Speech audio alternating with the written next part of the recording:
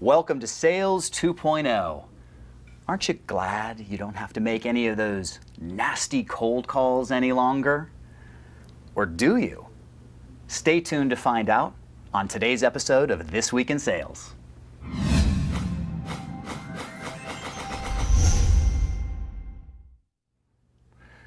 Hello and welcome to This Week in Sales.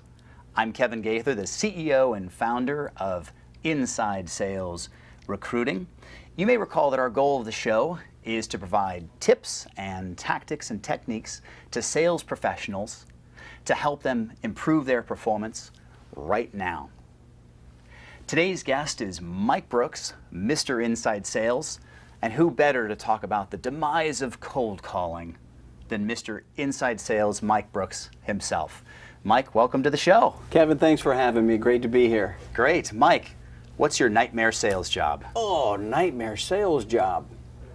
You know, if I think about it, I have to say it wasn't a specific job, it was how I did in a job. I was selling investments, this was probably 25 years ago, and I was a bottom 80% producer. And I struggled. Sales, it was hard. And I'd see all the successful, the top reps, driving the big cars, making all the money. I could barely pay my rent. I hated it. I didn't want to call any clients back. I didn't want to cold call. I didn't want to prospect. I was at a jumping off point.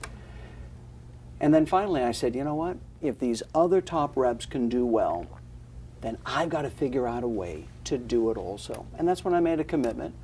I learned what I needed to learn. I recorded myself. I did all the things that it took to be a top rep. And then guess what? About 90 days later, I was the #1 rep in the office, and that came from that desperate state of hating sales. So what was my worst sales job is when I was doing poorly in sales. That's great. Well, Mike, so now that we know what was your nightmare sales job and what you didn't like to do, I'd like to properly introduce you with what you do best. Okay. So Mike Brooks. Mike's the founder and principal of Mr. Inside Sales, a Los Angeles-based inside sales consulting and training firm, and author of the award-winning books on inside sales, The Real Secrets of the Top 20%, and The Ultimate Book of Phone Scripts.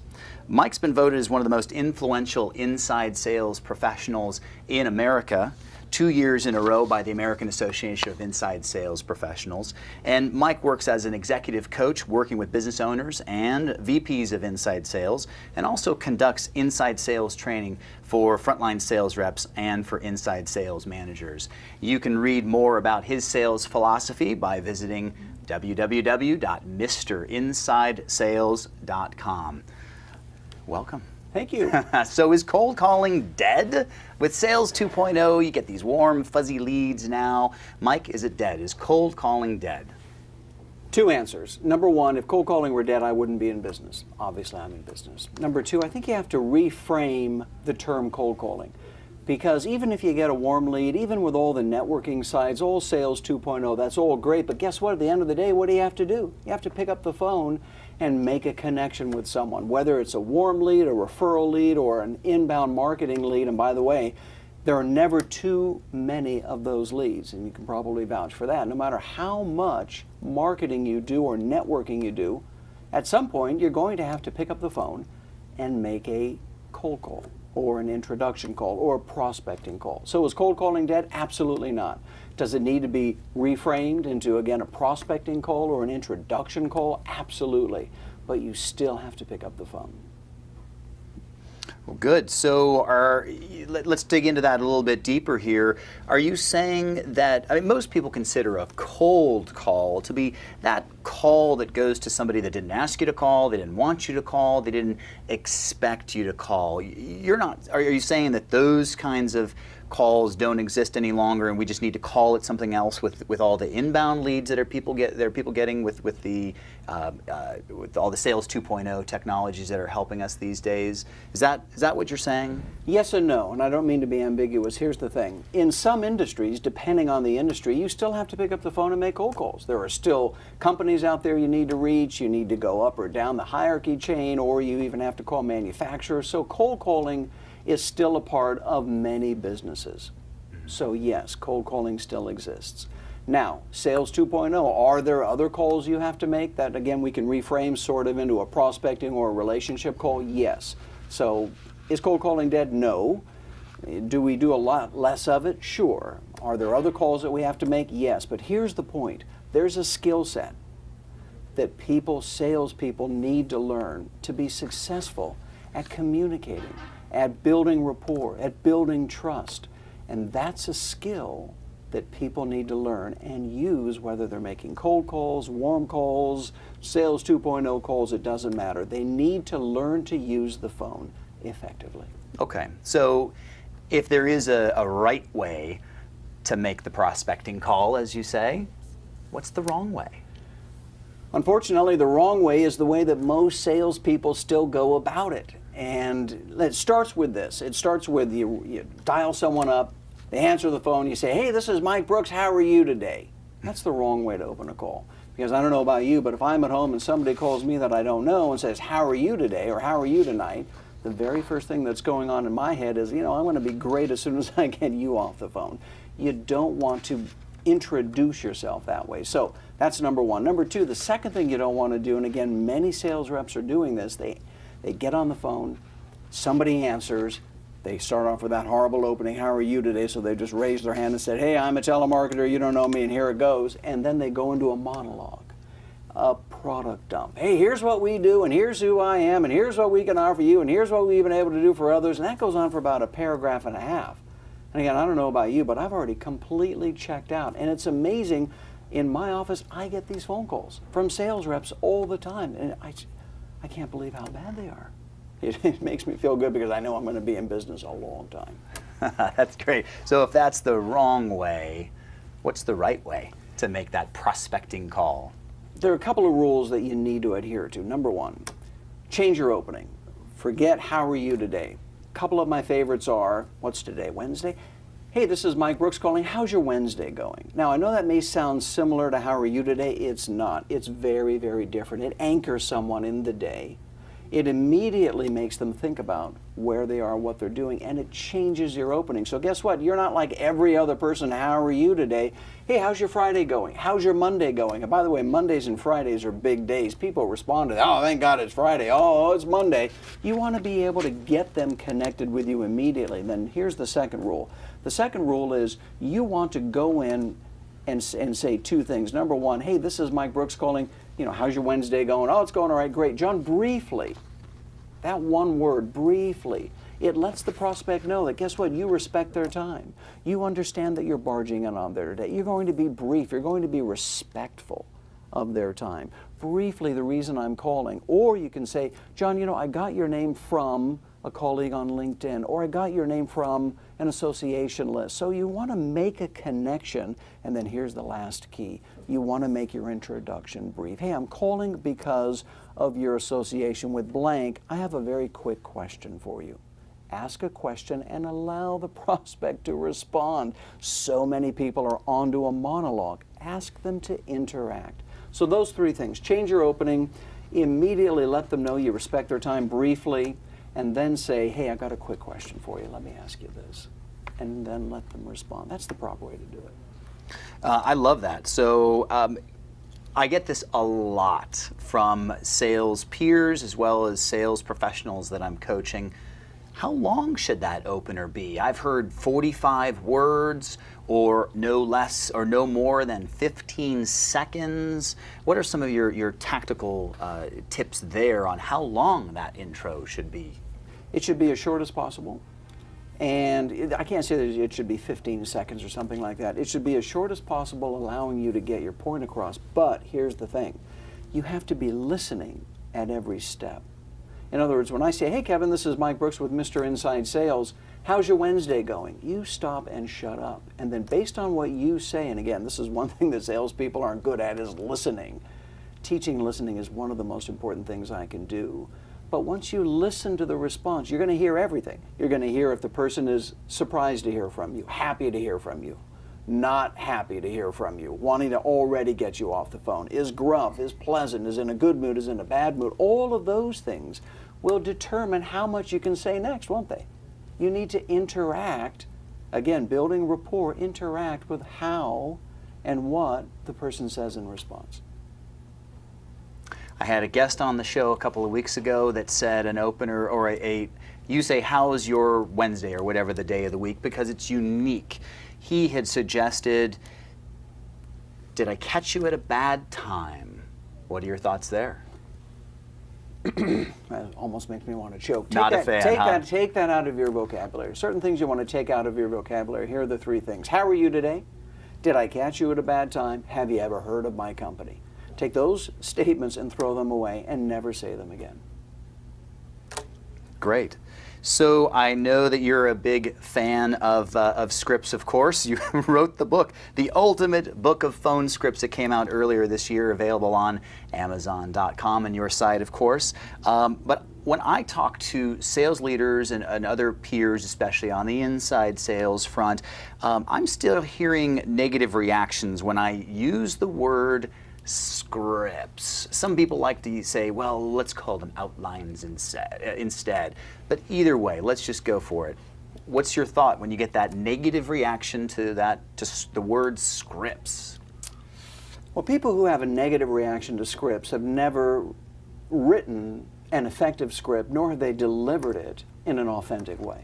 Now, obviously, you can't script everything out. I'm totally with that. Let's face it, you'd have to give your prospect a script too. However, you can script out major parts of your presentation, especially when you get an initial resistance statement. You need to be able to respond to that. So if somebody says, hey, I'm not interested, rather than ad-lib, make it up, and try and come up with something, how about having a scripted response? How about having something like, no problem, John, I'm not calling to sell you anything today. Instead, I want to see if there might be a fit between our two companies so that the next time you're in the market for this, you'll know who to turn to. Can I ask you a quick question? Wow, now that was a script. Did it sound like that was scripted? I hope not, right? Think about your favorite actor or actress. What are they doing? They're reading scripts. They're making millions of dollars a picture. Does it sound like they're reading scripts? Of course not, because they've internalized the dialogue. They can deliver it with inflection, with pacing, timing. Think about your favorite politician. They're reading from the teleprompter and they sound great. They're able to concentrate on the delivery, on the inflection, on the importance of what they're saying. And guess what? You buy into it. You believe it. You're swayed over. And when they get off the teleprompter and they're asked a question, and and suddenly you've lost all confidence. And it's the same thing in sales. I'll just end it with this. 80% of the selling situations that a sales rep is going to encounter, they're known in advance. I already know what's coming. That's the benefit of being in sales. Most sales reps are not prepared for these situations, and so they fail repeatedly. I used to. I'd make something up different every time I got the same objection. It was hard until I learned how to script my responses, and then I internalized them. And then when somebody said one of the 80% of the situations I ran into, I had the right answer that I could deliver with timing and inflection, pacing. And guess what? I made a lot more sales, and here's the key word. My job got easy. It was easy to be successful because I was prepared. So are scripts important? Absolutely. Do you need to internalize them and use them appropriately? You bet you do. Would I want to sell without a script? Never. Right. I mean, think about NFL football teams. They don't just go out there and say, hey, just get open. They run plays. And those are well thought out based on the defense and the way that defense has been known to act in the past. This particular route across the middle has always worked against Ray Lewis, whatever that is. And I love that analogy. Let's give a tip to the audience right now then. We're always getting, send me your information. Hi, this is Mike Brooks with Mr. Inside Sales. We provide top-notch sales training. Can I ask you a quick question? No, but can you send me some information? We always get that, doesn't matter what we're selling. Mike, what would you recommend to the audience on how to handle send me more information? Well, the very first thing I'd say is, guess what? That's a red flag, right? This person is trying to get you off the phone. Probably because they're not interested. Could be because they're busy. You're not sure. The last thing you want to do is send information, stuff this lead into your pipeline, and start, following up, wasting your time, chasing someone who wouldn't give you 5 seconds to begin with. Are they going to give you 10 seconds or 2 minutes or 10 minutes now? Of course not. So here's what you do. My favorite response came from you. And that is, if somebody says, hey, send me your information, I'd be happy to. Here's the thing, I've got about 164 pages to send you on how we can help you. Do you mind if I ask you just a couple of questions so that I can pare that down and only send to you what's going to be of most interest to you? Now, if they say no, you know that they were not real to begin with.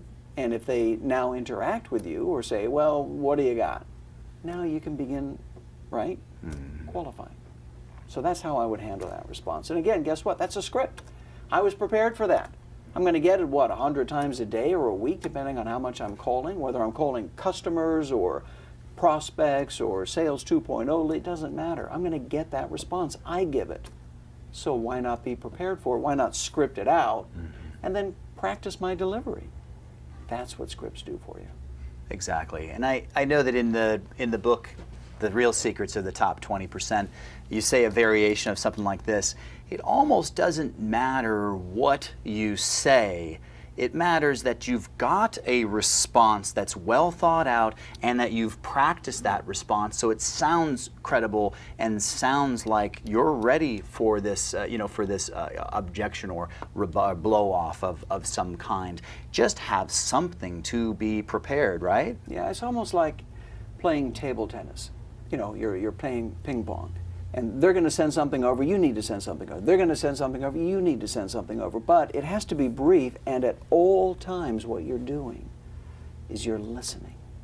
So I'm going to respond to you. I know it's initial brush off, and no problem. I get it all the time. I'm going to respond to you, but the reason I'm responding to you in an organized, scripted way is because I want to hear how you respond back to me. And you're going to tell me everything. If I'm willing to listen, you're going to tell me if it really is a blow-off, and if you're really not interested, and if you're really not qualified.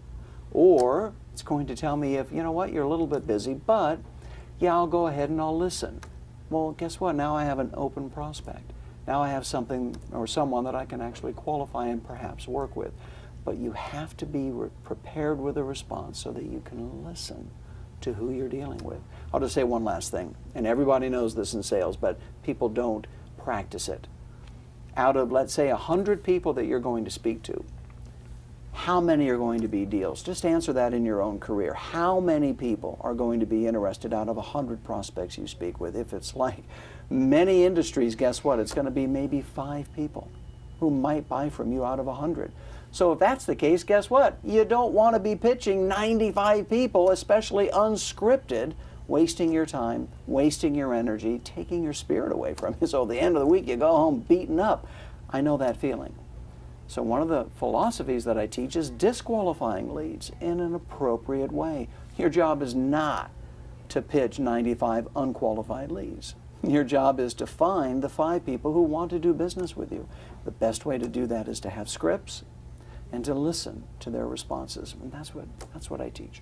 Right. I love that, Mike. And if I can expand on that a little bit further, there's the book High Probability Selling by Jacques Worth, and I read that book, and he believes in that disqualification, or really spending your time with the high probability prospects, and it's a variation of your methodology as well. The analogy that he gave in his book, which I think is fantastic, Mike, if I handed you a deck of 52 cards and told you that for every ace you turned over, I'd give you $500.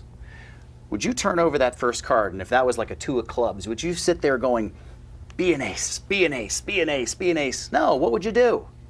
What would you do, Mike? I'd go to the next card, and the next card, and the next card, and the next card, and the next card. Let me just say one thing about that, and I love that analogy. Thank you. In fact, I'll use that in my next easy. I'll quote him, don't worry. Here's my favorite word, and I believe the most important word in sales.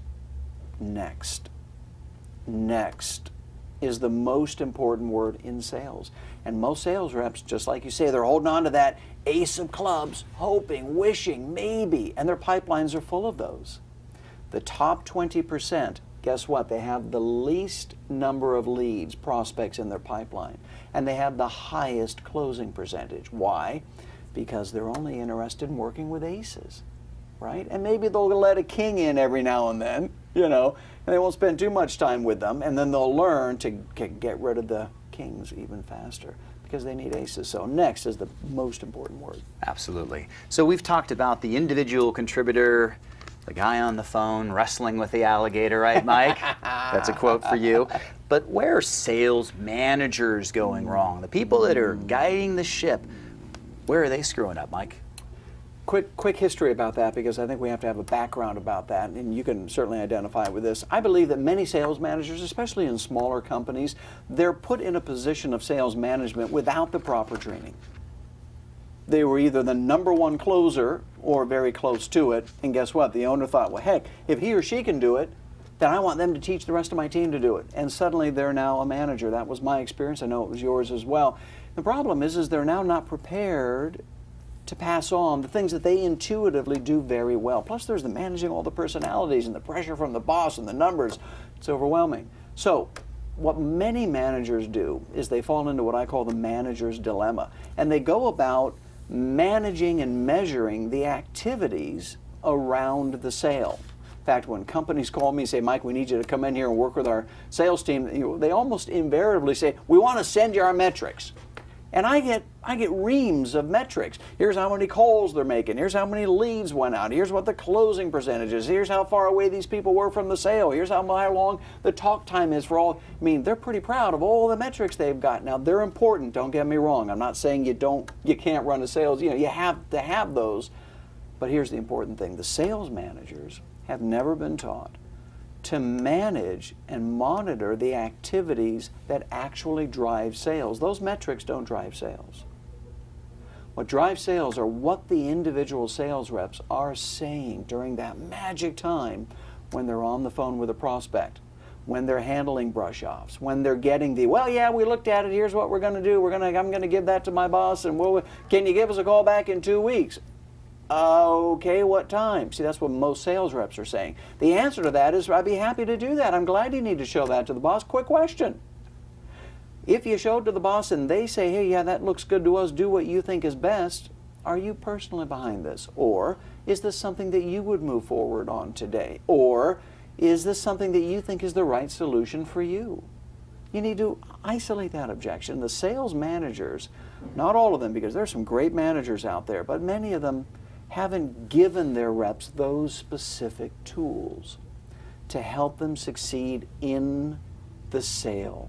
And that's what drives sales, is what they're saying. So where are many managers going wrong? Again, they're managing activities around the sale. They're not managing what their reps are saying. And that's the only thing that matters.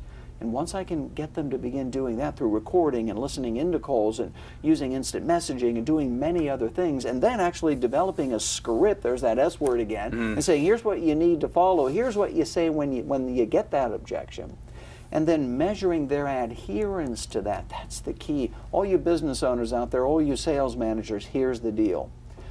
The magic happens during the sale. And what your reps are saying and how they're reacting during that magic time determines the success of your company. That's what you need to focus on. And when you can focus on that and give your reps the right tools to succeed and manage adherence to that, that's when you become successful. And that's when your reps go around being empowered. Like your top 20%, they walk down the hall, they're empowered, they're happy. The other 80% are in various stages of that. You want your whole team that way. The way you do that is by giving them the proper tools to succeed in the 80% of the selling situations that they run into all the time. And that's the job of management. So give them the tools, develop some scripts for them, but most importantly, there's the inspection of the calls that they're making. And whether or not you as a manager are doing that live, shoulder to shoulder with them with a splitter and listening to that call or Skyping in. There's a real cool app that I found called CallGraph. Allows you to pipe in and record a Skype call. Very cool stuff. Or you're doing it after the fact. You're doing that post-call coaching and listening to that call recording. You are recording your calls, aren't you? Right? That's when the magic happens, like Mike says. You will find that it's amazing. You've got 2 reps on your nice little dashboard in Salesforce.com, and you've got 1 rep that has X amount of calls and another rep that has the same amount of calls, but the closes after the fact, are dramatically different. And that's your indicator right there as a sales manager that you've got to get in the trenches and you've got to listen there. Another quote, Bill Brooks from the East Coast used to say, you can't manage from behind a desk. Get out there, listen to your reps, help them coach. Maybe we should have another show and talk about instant messaging and how to guide your reps during a call. I'll say one last thing about that. I love that concept of shoulder to shoulder, and absolutely when I manage reps, I'm on the floor with them. I'm listening in, and guess what I'm doing? If I hear something that they're not doing right, or if I think I can take over a sale and close that and model proper closing behavior, I'll give them the symbol. And that means, oh, you know what, my manager just walked by, hang on, he wants to have a word with you. Boom, and I take the call over. And of course it's being recorded, and I either close that sale or let that prospect go. You know what, I don't think this is a fit for you right now. But I model the proper behavior, I record that so that I can teach the other reps, and if I can close that sale, I can put money in their pocket. They can see how the sale was supposed to be closed. I've now empowered them, and guess what? If you want to be a leader, put money in your salespeople's pockets, and they'll follow you anywhere. No doubt about it. Mike, we actually have a call from the, or a question from the audience here. Let me read this out to you. Mike, I am helping to run a nonprofit phone-a-thon with college students. How could I help them achieve success with extremely limited time to train them? Of course, I will use scripts for them based on your book. So with a limited amount of time to train them, what are your recommendations on how to help them? Two things. Number one, like the caller just said, have a scripted approach. In other words, have an approach that is effective 80% of the time in the most effective way. So you have now the track, the playbook, as you said, for them to run on. And then what you do is you listen, you record all of those calls, and you listen and grade adherence. So what I would do is I'd put together a script grading form. And then what I would do is I'd have my rep come in, and every single rep, at least once a day, I would listen to a recording, I'd give them a copy of the script grading form and me one, and I would coach adherence to the best practices. And guess what? If they have the opening right, if they've delivered the value statement, if they've handled the initial resistance, in other words, if they followed the playbook, they're going to be successful.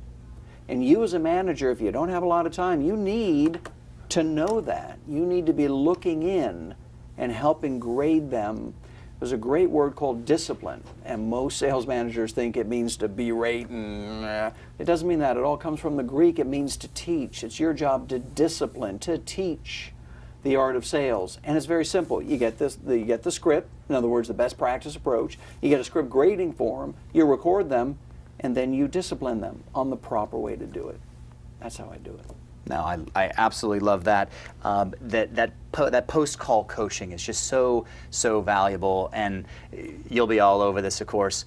Mike Brooks, Tampa Bay is not going to make it to the Super Bowl if they don't review game film. Am I right? No team's going to make it that way. In fact, if you were the owner of a team, let's say you're the owner of a business right now, and you have a sales manager who you're trying to help your company make a lot of sales. Imagine if your sales manager came into you, or if you were a coach of a football team and your coach came in and said, you know what, I don't think we need to watch game film anymore. I think it's a big waste of time. We're just going to go out there and give it our all. Well, what would Jerry Jones say to that? He'd say, you're fired, right? You have to watch the game film. You have to know what the other teams are doing. You have to know what your team is doing, what the best techniques are, how to help them, how to train them, how to teach them to anticipate. And that's what, guess what, game film is, and that's what recording is. You have to know what your team is saying. Remember, all the activities around the sales don't drive sales. What drives sales are what your team is doing on the field during the plays. That's what drives results and sales. Wonderful. So Mike, we actually got an email from one of our viewers that I wanted to read. Of the many that we got, I wanted to read one out, and I didn't talk to you about this beforehand, but I think it's worth getting your opinion on this here. So if you could pull up the screen there with the email. So this came from Ryan Pellegrino, one of our viewers. Kevin, I just made a prospecting list of 200 accounts I want to target and have the name of the director of IT for each using LinkedIn.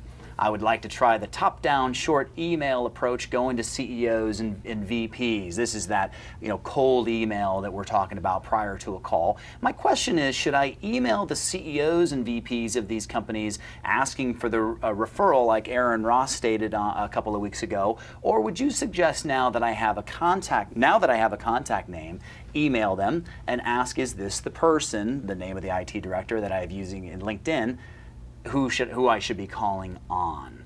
I have my strong opinions on this, and I'd like to get yours as well.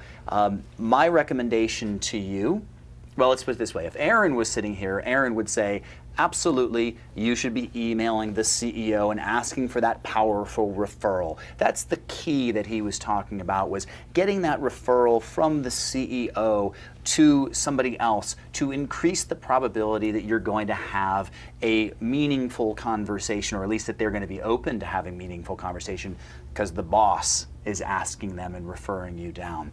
But given that you've already put in the work and you've got the directors of IT, run an A/B test. This wouldn't be that hard to do. And sales managers and salespeople ask me all the time, what's that laser, that silver bullet of what I should do? And I say, you know what? Try both, but measure the results. That's the important piece. So send 200 out to the directors of IT and 200 out to the CEOs, and track those responses in your favorite CRM application.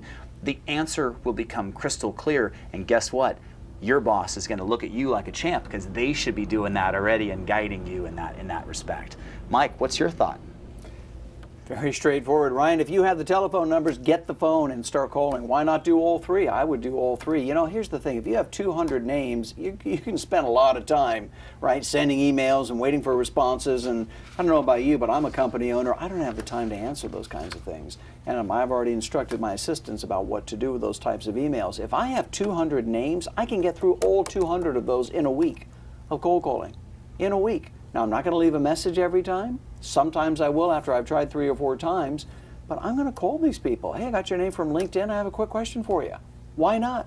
Now you have a connection. Now you're going to speak to somebody. You're going to get through those 200 names much faster, and you'll be able to move on to the next 200 because, like I said, guess what? How many of those 200 are going to be deals? 2, 3, 4, 5? Don't you want those 5 deals by, like mid-October? I certainly do. And then I want to go on to the next 200. So if I have a phone number, I'm calling. Am I sending emails as well? Sure, why not? That doesn't take long. But I'm picking up the phone, and I'm going to make a contact. Of course you are. Well, great. Well, that's all we have for the show today. Thanks so much for Mike Brooks for being on the show. I could talk to you for hours, sir. Great to be here. Thanks for having me, Kevin. You're welcome. You're welcome. So if you have additional sales questions for us, you can tweet at us at SalesWeek or email me, askkevin@thisweekin.com. You can also find us on Facebook and make sure to like it as well. And then you can also find us and subscribe to our YouTube channel, youtube.com/shows/This Week in Sales. And of course, don't forget to find us on iTunes and subscribe to the podcast. Thanks for joining us today on This Week in Sales, and we'll see you next week.